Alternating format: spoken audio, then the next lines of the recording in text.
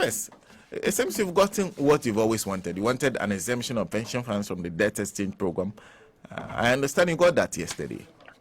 Yes, I think we've had what is right. It is wrong for, in this day and age, that somebody takes unilateral decisions without engagement, without consultation, without recourse to the fact that people's investments are going to be affected and affected negatively. For somebody to sit in a boardroom and take a decision, it's most unfortunate and unacceptable, especially when industry players have indicated to you that there are alternatives that could be discussed, there are consequences that will arise, and so on and so forth. I, for the blood in me, do not understand why that decision was taken in the first place. So I think that the reversal yesterday was the right thing to do, and that is where we are. So, okay, so now you've gotten that. Now that that has been agreed, I understand you have set up a committee. You'll be sitting down with government to agree on alternatives, because that's what I've read. Alternatives to including the pension funds. No. The pension funds is not part of an alternative. There are, as Labour, we are also stakeholders in decisions in this country, and we will offer what we have. And there are also a lot other people in the media space, people in academia.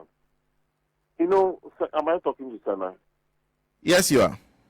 Sena, you see, it looks like the approach, in the first place, the recognition that a nation is in crisis is a little bit deficient, because it is not as if the government is properly accepted that we are in a very precarious state as a people. And indeed, we are in a very precarious state economically. And then secondly, the failure of people in authority to accept blame for the situation we find ourselves and the need to change course in doing things differently is also another issue. Look, the state we find ourselves, we've gone beyond the state where anybody should exhibit bravado, ability to think it all and do it all. We've gone beyond that stage. This is the stage where we say, look, as a nation, we rise together and we fall together. Then all stakeholders will have to come on board for us to sit down and judge and see how we can find solutions to the challenges that afflict our country. So you look at the arguments that preceded government's decision to go to the International Monetary Fund, IMF. Oh, we will never go. Never shall we go. The deputy minister was on radio. The government will never, only for us to have a U-turn, a very sharp one, that could break necks and spines, and then say, well, now we will go to IMF. But the IMF that we are going, ours is a different type of IMF. That sort of thing. There's quickly a decision is taken here. Oh, the president came and addressed the nation and said, look, there will be no haircut. There will be no haircut. Then all of a sudden we realize that there is going to be a haircut that is going to affect pensions and so on and so forth. There is some deficit in the way government is handling things. And don't forget, Sena, that from 2018, thousands and thousands of people in this country, good citizens of our country, have lost immeasurable amount of money.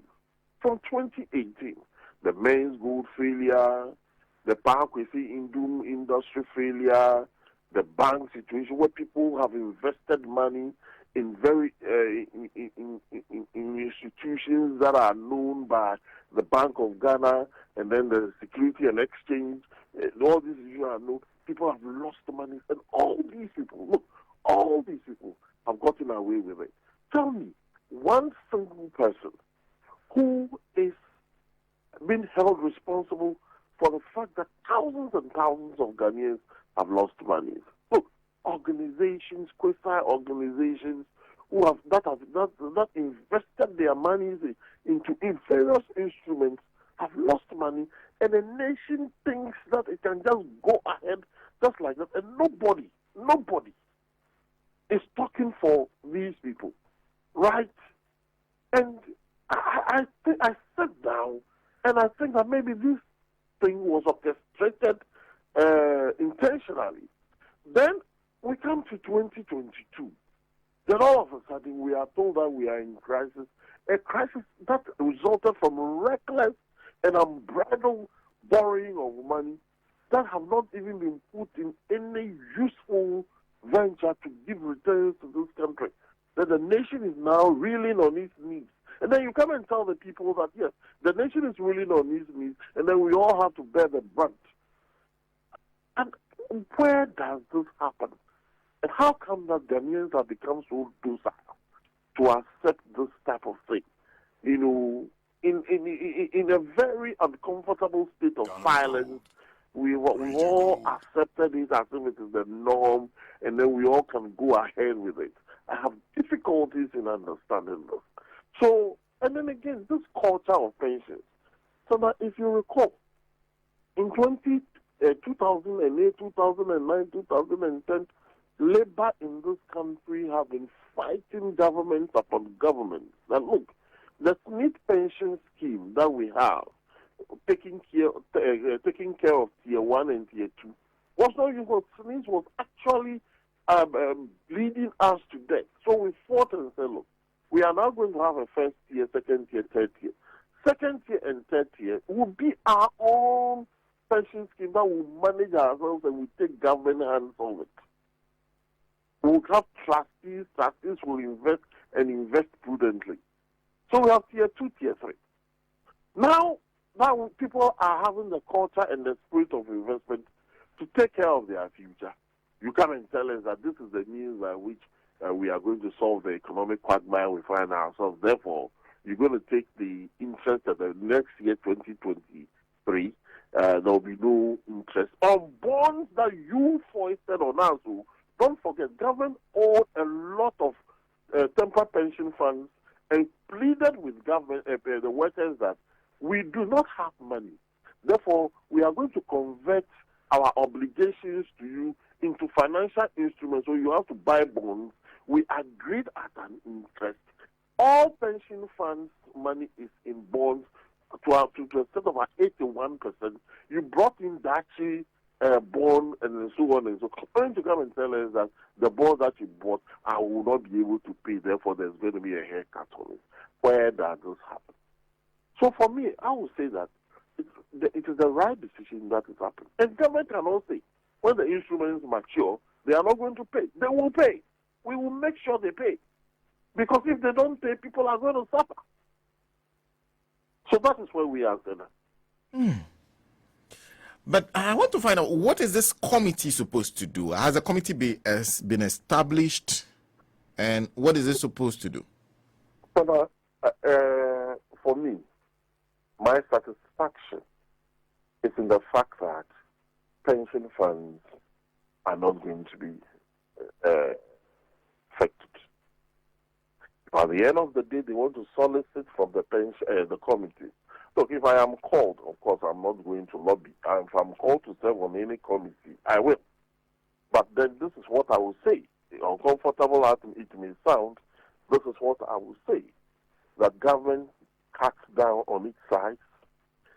Look at some of the ingredients that were in the budget. That, by the grace of God, was resisted by members of parliament. That in the time of crisis, we have 80 million Ghana cedis going to be sunk into a national cathedral. In the time of crisis, there's going to be a demolition of the Accra Conference Center for a new one to be built. In the time of crisis, we have highfalutin allotment of money or allocation of money to fund institutions that brings us nothing. So for me, we will ask government to cut down on its size. Let us look at the presidency. There are a lot of people there who are not supposed to be there. Let us look at the ministries. There are a lot of people there who are not supposed to be there. You know, we will ask for the review of the free senior high school. The primary concept is not bad, but the implementation is bedeviled with challenges. We'll have a look at that and tell government that if somebody is in a boarding school and is being fed 3 square meals a day and is being given accommodation using electricity and water, and then someone is a day school who ferries himself from home to school and pays his own transportation, is fed at home, is not sleeping, where is the equity? Where is the fairness in that? Can we free resources from the boarding fees and then use it to enhance the other aspects of education? So that the primary honor is on the government itself to cut down expenditure in a state of austerity, you know, and then stop government from borrowing, and not all money that are supposed to be borrowed into this country ought to be critically scrutinized by Parliament for no one to benefit from the borrowing that we make. So that and then set ourselves within 5 years and see whether we can start reversing the situation we find ourselves. And I get a sense that is where Labour, that's the thinking of Labour, because when I spoke to the Secretary General of the Trades Union Congress, one of the things he said, strikingly, was that this was self-inflicted. Absolutely. You see, I understand that when the borrowing was, you see, Sena, let me just do a small explanation and indulge me 1 minute to divert a bit. You know, internationally, there are 2 platforms that a nation can borrow from. You can borrow from recognized institutions like the Bretton Woods institutions. These borrowings have conditions. You can't take money from the Bretton Woods institutions and go and use it anyhow. And the money is not even deposited. So if the Bretton Woods institutions say they are giving Ghana $1 billion, $1 billion is not deposited in your accounts. The money is given to you in branches, you know, and they make sure that you are borrowing the money for the purpose you intended for it. And then secondly, there are certain conditions that you and I are uncomfortable about that you will have to implement to even get the second and the third tranche of money. So when the NPP came to power, you realize that they were talking about quickly ending the IMF thing so that they can now go onto the open market. Now, the open market, the money is available, but the interest rate on the money is very high. The control system in the open market is most relaxed. All that they need is that your ability as a country to repay the money that you have borrowed from the open market. So the NPP government decided to opt for the open market. So they went on to the open market, the money was available, they got the money, and the recklessness with which we manage the money is what is gotten onto us now. We borrowed so much, every time we were borrowing, the interest rates was going up. So there was a time I met a Kenyan at a program, and he told me that, look, how come Kenya and Ghana, when it came to London, Kenya was borrowing at 12% and Ghana was borrowing at 27%. Right. So we got to a point where the interest, the aggregate interest rate that we have to pay became more than the amount of money that we were even borrowing. So we got stuck. This is what has happened to us as a country. You know, so when you borrow money and then you use it for consumption, I mean, that is not investment. So that's why we find ourselves. Radio Gold. So definitely very hard decision will be taken. Labour will go and make further demands for these decisions to be taken, because government doesn't seem in the mood to compromise on, because there have been several calls, cut down your size, merge some ministers. There are plans to increase the number of staff at the government machinery. There have been those calls, but government has refused to heed to them. To take the minority to block the 80 million, some 1.3 billion for the Accra International Conference Center, among others. So you'll be going to making further demands that further cuts be made if you were on that committee. Oh, yes, absolutely. See, but are you not a bit worried that at the committee level of Parliament that blocks the 80 million, all the NPP members of the committee voted for and all the NDC members voted against? Are you not a bit worried? So assuming Adwa Safo had been in Parliament, don't you think that instrument would have passed? So I ask myself the question, is it an attachment to politics or it's an attachment to our country? I think mean that some of these things would have passed, despite the fact that there's a national revulsion in the expenditure in that aspect. Does it mean that would have passed? Does it mean that, looking at the way the voting and argument went, the national theatre, the conference center issue would also have passed? So the people of this country should start asking themselves the question, but do certain people believe we are in crisis? Or people believe that once it is my political party, I should assign myself to it? Ghana's Gold. So Radio that's Gold. where the worry is. Look, as you and I speak, the debt fund is mortgaged for loan. So the debt fund, though you and I pay that tax every day, the money is not available for the use of the debt fund for the purpose for which it is intended. The Osler fund, it's been mortgaged. Other funds have been mortgaged. So it is not even available for use. And people still feel that it is an assignment to party principles that is most important than the need of our country. Then nobody can say government serious when government says that they are trying to find a solution to the problems that we have. Nobody's going to take government serious.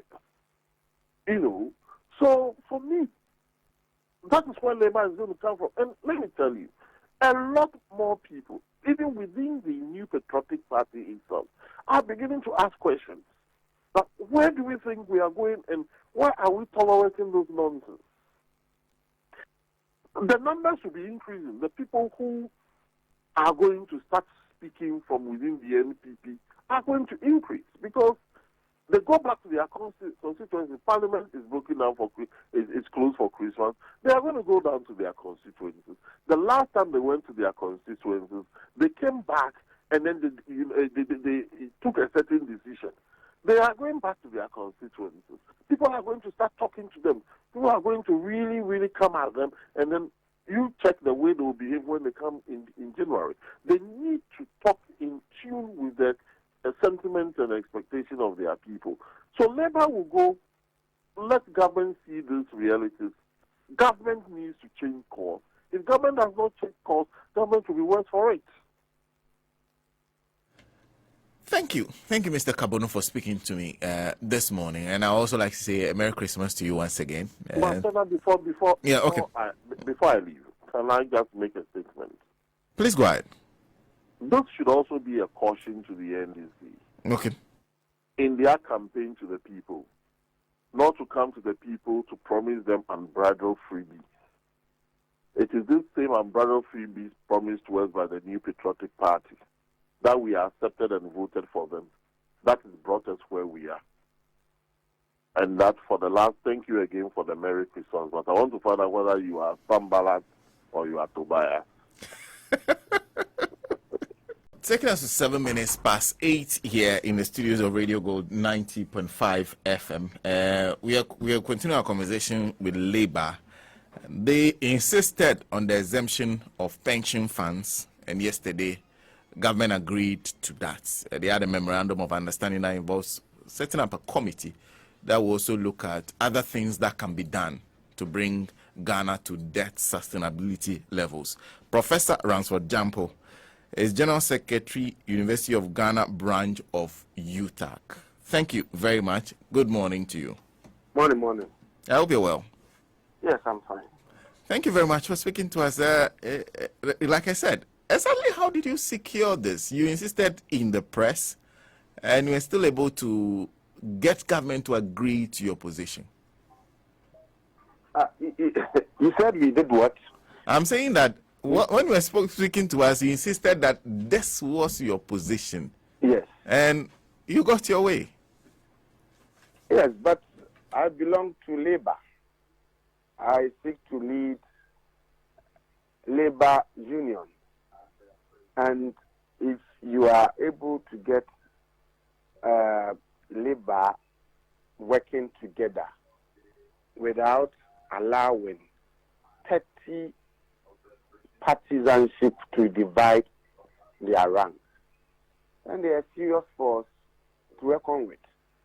We're thinking about shutting down the entire public sector on 27th. And it will amaze you the caliber of people and then also the number of unions that were coming together. It was basically everybody who gets paid by the government, including Mortuary Workers Association. They were all part. So we have the model that we decided to flex. I think over the years and since independence, successive governments have treated Labour with contempt. Labour has been docile. And we have also allowed excessive partisanship, to divide our ranks. And that has been the challenge that Labour has faced. But when it comes to money matters and people's pension, you cannot have people divided over it. And so we all came together, and I'm sure once people have seen the strength within unity, subsequently all other issues affecting Labour, we would want to come together to speak with one voice, and we'll hope that, government will listen. It's not the intention of anybody to destabilize the nation or to cause confusion in the body politic. No. But it appears that over the years, we have been docile, and governments have exploited our docility to their advantage. We are no longer going to be docile. Once we have been able to come together to achieve this feat, we will continue to remain together, in subsequent engagement with governments. And like I said, government is about labor. Everybody works. Okay, and so if you cannot please or work or satisfy labor, then who do you want to satisfy? If we had gone on our industrial action on 27th, maybe we would have all seen the relevance and the caliber of people we refer to as labor. And that would have made us sit up. But I'm sure government had done its intelligence gathering and was aware that it was going to be chaotic, and so they decided to. I want to say this, and also just to say we are grateful to people like the chair of the Council of State, and of course all the ministers who also intervened. The National Security Minister was there, Employment Minister, and the Finance Minister himself. They all saw reason, and I'm told also that the President himself also intervened. And so it is good for us. It is good for our democracy. Next time, they should not take decisions that are likely to affect a category of human beings without recourse to them. We call it participatory democracy. When we say participatory democracy, we are not saying that all Ghanaians should participate in the decision making, but we are saying that you must consult a group that will be directly affected by your actions and inactions before you take a decision affecting them. You must consult them. So if you want to take a decision that would affect teachers, you consult teachers. If you want to take a decision that will affect pensioners, you consult pensioners. If you want to take a decision that will affect labor, you consult labor. If you want to affect the decision that will affect only women, you consult women. That's what we refer to as participatory democracy. It appears that for some time this government has not appreciated, or this government has not had a clue about the ethos of participatory democracy. And so on several occasions they've taken decisions that would affect a group of people without consulting or recourse to them. And they've gotten their way, but this time they are not. You remember recently UTAG returned on strike because we said that our condition of service has been very to our disadvantage without recourse to us. And we had to fight to put them in their rightful place, to get them to appreciate the fact that they did that, and that they didn't have to do that, and that they owe us money.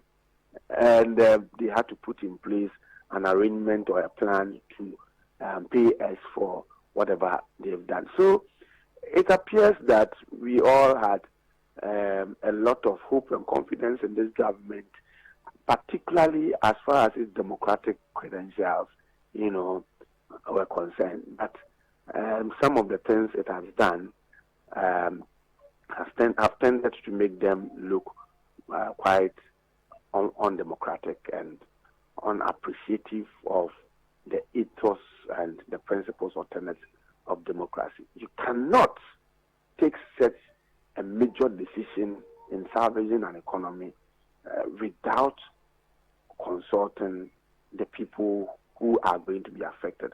More importantly, when we all know that as for you, your investments have been ring-fenced in foreign bank accounts.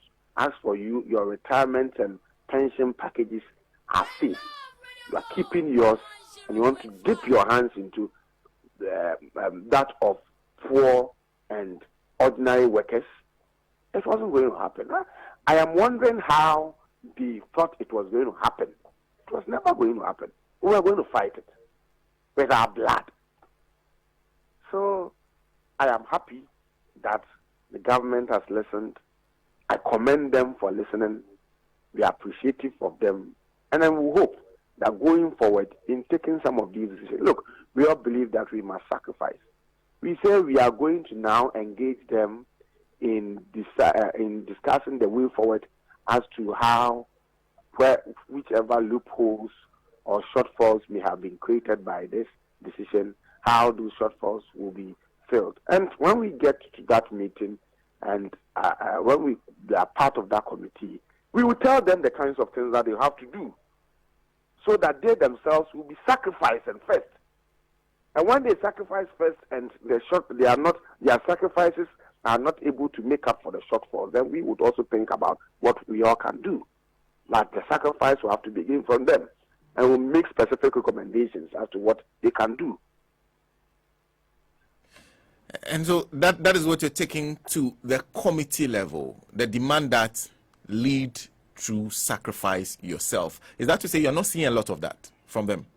They have not sacrificed, and I don't know how they managed to convince the IMF about their unwillingness to sacrifice, and I don't know how they managed to get the IMF quiet over their total lack of sacrifice. I don't know. Yesterday I put out something on my wall on Facebook, and I was wondering how the IMF agreed that government should continue to construct National Cathedral. How the IMF agreed that government should demolish the Accra International Conference Center and build a new one. I don't know how they managed to get the IMF to agree that even though they are talking about public sector recruitment fees, we should have more staff recruited to into the government machinery. I don't know. I don't know how they managed to get the government, the IMF, to agree to all these things in the midst of hardships and austerity.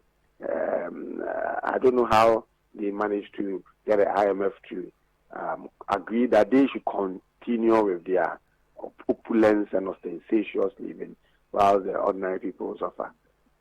IMF, they don't govern the country for us. And if the IMF agreed that some of these things that actually are a drain and a waste on our resources should continue, then, I mean, IMF too, then they are a big joke. And no wonder. We attended universities with them. We sat in the same classrooms with them when we were studying abroad. And we beat them academically. It's just that a prophet is of no respect in his own country. So our government, especially when we are in crisis, our government do not listen to us. They want to listen to foreign advice. But the point must be made that the IMF and their officials, they are not smarter than us. We sat in the same lecture house with them when we were schooling abroad, and we beat them academically. So your position also not based on perhaps an expectation on IMF which was unrealistic from the very beginning, that you expected them to actually hold them to strict austerity when perhaps the IMF is not in to do that? Well, IMF is coming to advise, and they are imposing austerity. And you expect that if they are imposing austerity, it should cut across. And one of the things that would make people embrace austerity is when they see that there is leadership at the top demonstrating that they themselves are willing to sacrifice. And so, again, I am disappointed that the IMF saw the size of government and they didn't comment about it. They asked that the government continue to maintain its size in the countries that they operate. I'm talking about the IMF officials. Do they have the size of government that we have? They told the government to continue with the construction of National Cathedral. They told the government to continue to make education at high school free. And they told the government to continue to pay all the allowances, per diems, and S-bashes. Like I said, then they too, they are bogus and they are a big joke. That also give you an indication that for a big stakeholder like Labour, it means that perhaps more responsibility has been imposed on you to also demand that government make sacrifice, because one of the places where they are making major cuts will be in the employment of new people. They are talking about a freeze on employment. So those of you already in there will not get the help that you need to ease the pressure on you. So would Labour then be asking for more from government too? Well, there will be a lot of things, there will be a lot of demands we'll make in the interest of our members. And I told you that our members are Ghanaians. If you do the statistics, you'll know that our members are exactly the population of Ghana. And so if it means making demands that would ensure that work continues in the absence of people who have gone on retirement and all that, we'll make those demands. If it means that whatever demands that are, and don't forget that before we go meet, we sit down to table the concerns of our members, and we agree on what the concerns of our members are before we seek to articulate them. And so if our members direct us to make a certain demand, whatever demand they direct us to make, so long as they are legitimate demands, we'll make them.